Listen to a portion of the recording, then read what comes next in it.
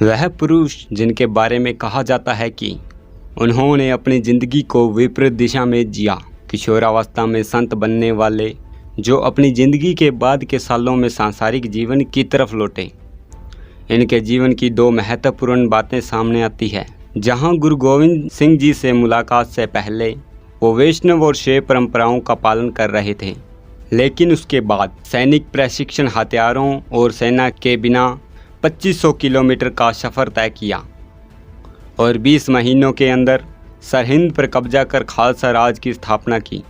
ऐसे लोग कम देखने में आए हैं जो बहुत कम समय में हिंदू धार्मिक ग्रंथों के संत से एक बहादुर योद्धा और एक काबिल नेता में तब्दील हो गए हों। नमस्कार दोस्तों, राजस्थान मेड में आपका स्वागत है। हम बात कर रहे हैं एक ऐसे महान योद्धा की जिन्होंने अपने गुरु का एक इशारा पाकर मुगलों को दांतों तले चने चबवा दिए, जिन्होंने खालसा पंथ का विस्तार किया। हम बात कर रहे हैं सिखों के 10वें गुरु गुरु गोविंद सिंह जी के शिष्य बाबा बंदा सिंह बहादुर।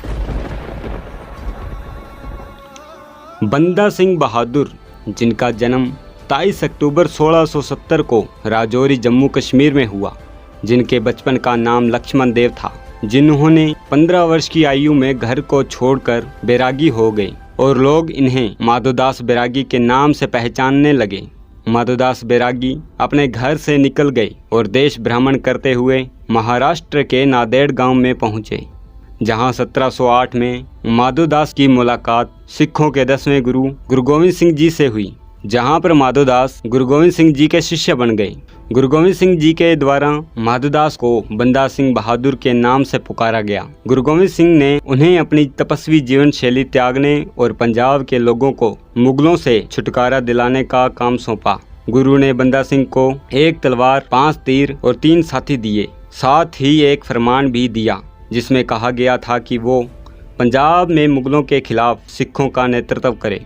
गुरु ने बंदा सिंह बहादुर को 3 साथियों के साथ पंजाब कूच करने का निर्देश दिया। उनसे कहा गया कि वो सरहिंद पर जाकर कब्जा करे और अपने हाथों से वजीर खां को मृत्यु दंड दे। गुरु का आदेश पाकर बंदा सिंह बहादुर पंजाब की तरफ निकल पड़े, लेकिन कुछ दिन बाद ही जमशीद खान नाम के एक अफगान ने गुरु गोविंद सिंह जी पर खूखरी से वार किया। गुरु गोविंद सिंह कई दिनों तक जिंदगी और मौत के बीच झूलते रहे।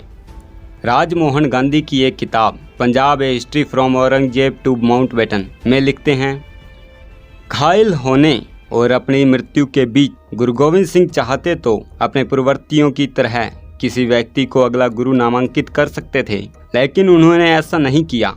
उन्होंने साफ घोषणा कर दी कि उनके बाद गुरु ग्रंथ साहब को सिखों के स्थायी गुरु का दर्जा दिया जाएगा।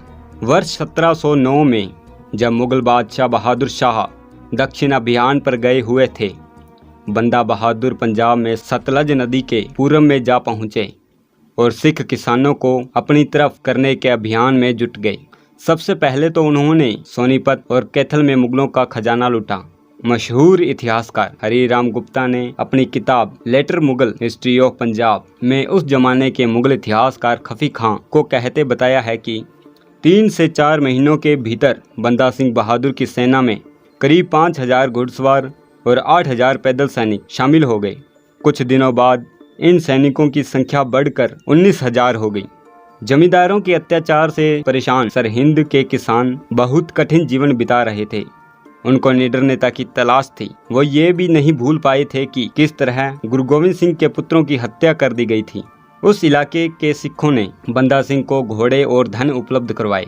कई सालों से मनसबदारों ने अपने सैनिकों के वेतन तक नहीं दिए थे, इसलिए वो लोग भी जीवन यापन की तलाश में थे, जिसने उन्हें बंदा सिंह के साथ आने के लिए प्रेरित किया। औरंगजेब के बाद नए मुगल बादशाह बहादुर शाह की छवि उदारवादी जरूर बन गई, लेकिन वो पंजाब और दिल्ली से दूर थे, इसलिए उनके अपने अफसर और आम लोग उन्हें कमज़ोर समझने लगे। लोगों के मन में बादशाह का जो डर था वो जाता रहा। नवंबर 1709 में बंदा सिंह के सैनिकों ने अचानक सरहिंद के कस्बे समाना पर हमला बोल दिया। हरिराम गुप्ता समाना पर हमला करने की वजह बताते हुए लिखते हैं कि 34 साल पहले गुरु तेग बहादुर का सर कलम करवाने वाला और गुरु गोविंद सिंह के बच्चों को मारने वाला व्यक्ति वजीर खां उसी शहर में रहता था। समाना को बचाने के लिए दिल्ली से सरहिंद को कोई मदद नहीं भेजी गई। सरहिंद लाहौर और दिल्ली के बीच बसा शहर था। बंदा सिंह बहादुर ने मई 1710 में सरहिंद पर हमला बोला। हरीश ढिल्लों ने अपनी किताब first Raj of the Sikh the life and times of बंदा सिंह बहादुर में लिखते हैं, बंदा की फौज में 35,000 लोग थे। इनमें 11,000 भाड़े के सैनिक थे। वजीर खां के पास सिखों से बेहतर हथियार थे। उनके पास कम से कम 2 दर्जन तोपें थी और उनके आधे सैनिक घुड़सवार थे।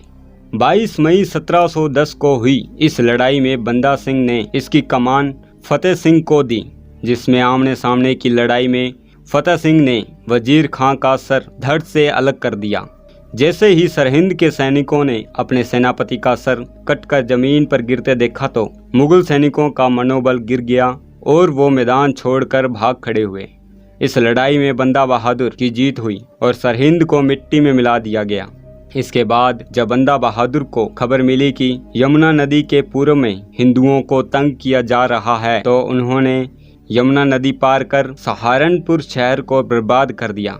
बंदा बहादुर के हमलों से उत्साहित होकर स्थानीय सिख लोगों ने जालंधर दोआब में राहोन, बटाला और पठानकोट पर कब्जा कर लिया। बंदा सिंह बहादुर ने अपने नए कमान केंद्र लोहागढ़ को बनाया। सरहिंद की जीत को याद करते हुए उन्होंने नए सिक्के चलवाए और अपनी नई मोहरें जारी की। उन सिक्कों पर गुरु नानक और गुरु गोविंद सिंह जी के चित्र थे। 1710 में 66 वर्षीय मुगल बादशाह बहादुर शाह स्वयं बंदा सिंह बहादुर के खिलाफ जंग में उतरे।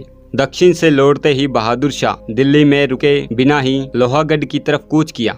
मुगल फौज बंदा सिंह के सेना से कहीं बड़ी थी। बंदा सिंह को भेष बदलकर लोहागढ़ से निकल जाने के लिए मजबूर होना पड़ा। इसके बाद मुगल बादशाह ने अपनी राजधानी लाहौर को बनाया। लाहौर से उन्होंने बंदा को पकड़ने के लिए अपनी सेना भेजी। तब तक बंदा सिंह अपने अनुयायियों के साथ पहाड़ों में छिप गए। बहादुर शाह ने लाहौर में सिखों के प्रवेश पर पाबंदी लगा दी, लेकिन 1712 में बहादुर शाह का निधन हो गया। इसके बाद में मुगल सत्ता की लड़ाई में पहले जहांगीर के हाथ में आई और फिर उनके भतीजे फर्रुखशियर को मुगल ताज मिला। फर्रुखशियर ने मुगल सत्ता की कमान संभालते हुए कश्मीर के सूबेदार अब्दुल समद खां को बंदा सिंह बहादुर के खिलाफ अभियान शुरू करने का आदेश दिया। समद खां ने 1713 को बंदा बहादुर को सरहिंद छोड़ने पर मजबूर कर दिया। आखिरकार समद खां ने बंदा सिंह को गुरदास नागल गांव में बने एक किले तक धकेलने में सफल हो गया। किले के बाहर इतना जबरदस्त घेरा लगाया गया था कि इसके अंदर अनाज का एक दाना तक नहीं पहुंच पाया। इसके कारण किले के अंदर भूखमरी फैल गई, जिसकी वजह से बंदा सिंह के साथियों द्वारा घास, पत्तियां व पेड़ों की छाल खाकर गुजारा करना पड़ा। यहाँ स्थित लोगों के द्वारा भूख के मारे खुद का मांस नोचकर खाने को मजबूर हो गए। बंदा बहादुर ने ताकतवर मुगल सेना का 8 महीनों तक बहुत बहादुरी से सामना किया। 1715 में समद खां को बंदा सिंह बहादुर का किला भेदने में सफलता मिल गई। बंदा बहादुर के आत्मसमर्पण करने के बाद उनके बहुत से साथियों को किले में ही मार दिया गया। उनके सर धड़ से अलग कर दिए गए। बंदा सिंह बहादुर के साथ अन्य कैदियों को दिल्ली के लिए रवाना किया गया। 27 फरवरी 1716 को जुलूस ने दिल्ली में प्रवेश किया। जुलूस को देखने के लिए भारी संख्या में दिल्ली वासी सड़क पर उतर आए।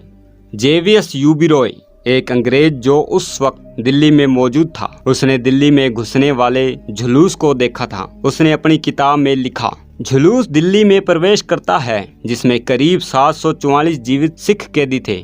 जुलूस में 377 ऊँटों का काफिला चल रहा था। प्रत्येक ऊँट पर 2-2 कैदियों को बांधा गया था। प्रत्येक कैदी का एक हाथ गर्दन के पीछे कर लोहे की जंजीर से बंधा हुआ था। इसके अलावा जिन कैदियों के सर धड़ से अलग कर दिया गया था, उनके कटे हुए सिर को भालों पर टांगा गया था। उनके पीछे बंदा सिंह बहादुर चल रहे थे। उन्हें एक लोहे के पिंजड़े में डालकर हाथी पर सवार कराया गया था। उनके दोनों पैर लोहे की सांखलों से बंधे थे। उनके बगल में नंगी तलवारें लिए 2 मुगल सिपाही खड़े थे। इन कैदियों को दिल्ली के कोतवाल सरबराह खां को सौंप दिया गया। वह बंदा सिंह को त्रिपोलिया गेट के पास जेल में बंद कर दिया गया। इन कैदियों को 1 हफ्ते कैद में रखने के बाद 15 मार्च 1716 से दिल्ली के कोतवाल सरबराह खां के द्वारा प्रत्येक दिन 100 सिखों को लाया जाता और उन्हें 2 पेशकश दी जाती कि मृत्यु का चुनाव करना है या मुसलमान बनना स्वीकार करोगे। स्रोतों के आधार पर इनमें से किसी भी सिख के द्वारा इस्लाम स्वीकार नहीं किया गया, बल्कि इनमें होड़ लगी हुई थी कि तुम पहले मुझे मारो। 7 दिनों तक लगातार हुए सिख कैदियों के नरसंहार के बाद उसको कुछ दिनों तक रोक दिया गया। कोतवाल ने फर्रुखशियर को सलाह दी कि बंदा सिंह बहादुर को अपने फैसले पर पुनः विचार करने के लिए कुछ समय और दिया जाए। जेल के एकांतवास में रह रहे बंदा सिंह बहादुर की कोठरी के सामने से जब भी कोतवाल सरबराह खां गुजरता तो वो उन्हें अपनी माला के दाने गिनता हुआ पाता। 19 जून 1716 को बंदा सिंह बहादुर और उनके कुछ साथियों को कुतुब मीनार के पास बहादुर शाह की कब्र पर ले जाया गया और सर झुकाने के लिए कहा गया। बंदा के 4 साल के बेटे अजय सिंह को उनके सामने लाकर बिठाया गया। कोतवाल सरबराह खां के इशारे पर अजय सिंह के तलवार से टुकड़े कर दिए गए। अजय सिंह के दिल को निकालकर बंदा सिंह बहादुर के मुंह में ठूंस दिया गया। इसके बाद जल्लाद ने अपना ध्यान बंदा सिंह की तरफ केंद्रित किया। उनके शरीर के भी टुकड़े टुकड़े किए गए, जितना संभव हो सका जीवित रखा गया। आखिर में जल्लाद ने तलवार के एक वार से उनके सर को धड़ से अलग कर दिया। बंदा सिंह बहादुर की मौत के 2 साल बाद सैयद भाइयों ने मराठों की मदद से फर्रुखशियर को गिरफ्तार कर उसकी आंखें फोड़ दी और इनको दिल्ली की गद्दी से बर्खास्त कर दिया गया। दी गई जानकारी के सभी स्रोतों का लिंक डिस्क्रिप्शन में दिया गया है। इसी के साथ फिर मिलेंगे। जय हिंद, जय भारत।